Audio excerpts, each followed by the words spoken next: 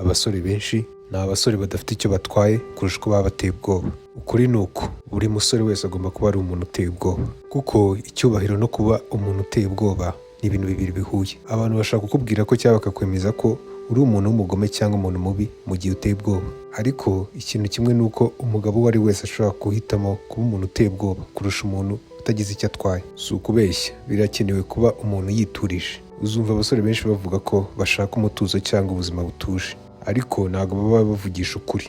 Nta yandi mahitamo bafite uretse umutuzo, kubera ko ni abantu badafite icyo batwaye habe na gato cyangwa nta n'uwo bakanga. Abasore bateye ubwoba bonyine, ahubwo umutuzo nibo uzira byoroshye. Ntubyumve nabi, kuba umuntu uteye ubwoba muri iyi si ya none si ukugira imbaraga z'umubiri gusa, nubwo kugira imbaraga z'umubiri ari igice kimwe muri byo, ariko ntabwo ari byose. Muri iyi video turaca mu bintu bine bituma umugabo uwo ari we wese aba umuntu uteye ubwoba. Icya mbere, vuga neza ibyo ushaka kuvuga. Umuntu uteye ubwoba ni umuntu ushobora kuvuga ibyo ashaka kuvuga kandi akabivuga neza. Umugabo uvuga ibyo ashaka kuvuga neza kandi bigasobanuka ni umuntu utera ubwoba abantu bashaka kumugirira nabi.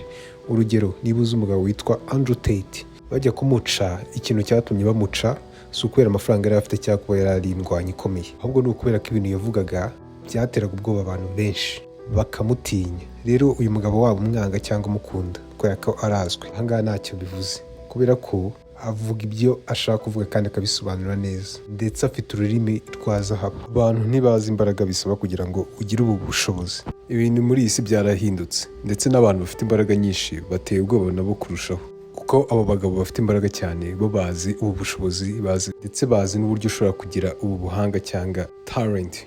Ubu ngubu kuri YouTube hari ibiganiro byinshi by'abantu baganira kugira ngo bahangane ndetse batume n'undi agaragara nk'ikigoryi cyangwa nk'umuntu udafite ubwenge.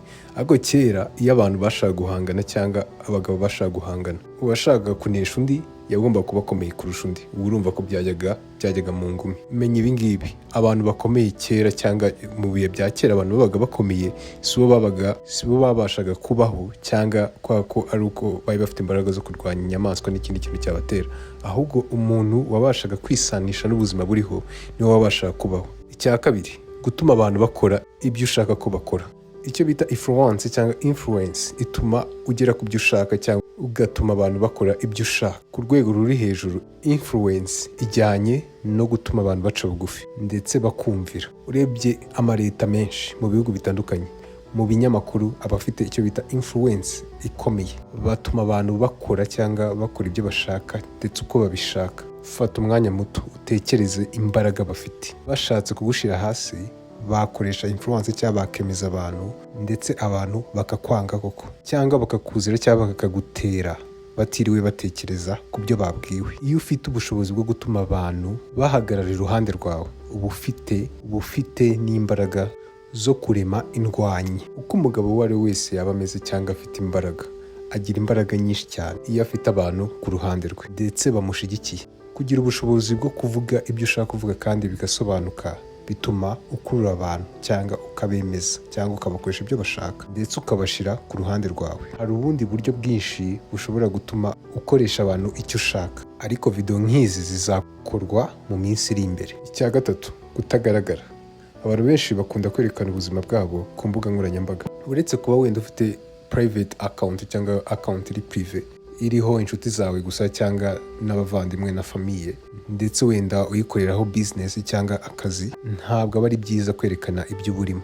Impamvu ni ukubera ko abantu bashobora gukoresha ibyo bazi kuri wowe bakabikoresha mu buryo bwabo cyangwa mu nyungu zabo. Ndetse biroroha gukontorora abantu iyo batazi ibyawe cyangwa kubayobora. Ndetse nka Google, Facebook n'izindi nka Instagram zikoresha ibyo bazi kuri wowe kugira ngo bakwereke ibyo ukunda ndetse bagukuremo amafaranga. Rero bazi amakuru yawe kubera ko wabahaye ubushobozi cyangwa imbaraga wabemereye yuko bimenya. Rero iyo abantu batazi ibyawe biguha imbaraga zo kugira ngo ubatungure, batazi ibiri kujya mbere. Nunagera ku iterambere ntibazabona uburyo bwo guhagarika cyangwa uburyo bakurwanya. Bivuze ko numara kwamamara cyangwa kugira imbaraga bazaba baratinze, kubera ko ibyo wakoze byose wabikoze bucece. Tekereza indwanye.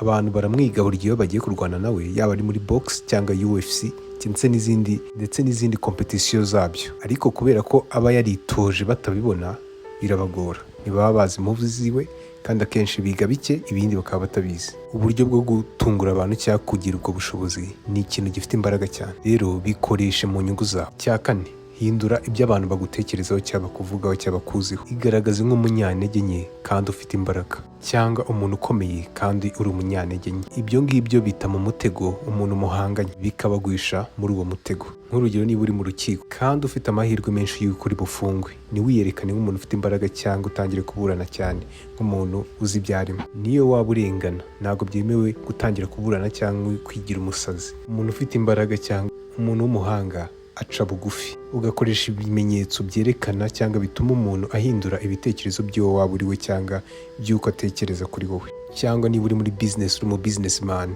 ndetse ushaka ko abantu baguha deal cyangwa baguha akazi, ugomba kwiyerekana nk'umuntu ukomeye kurusha uko uri.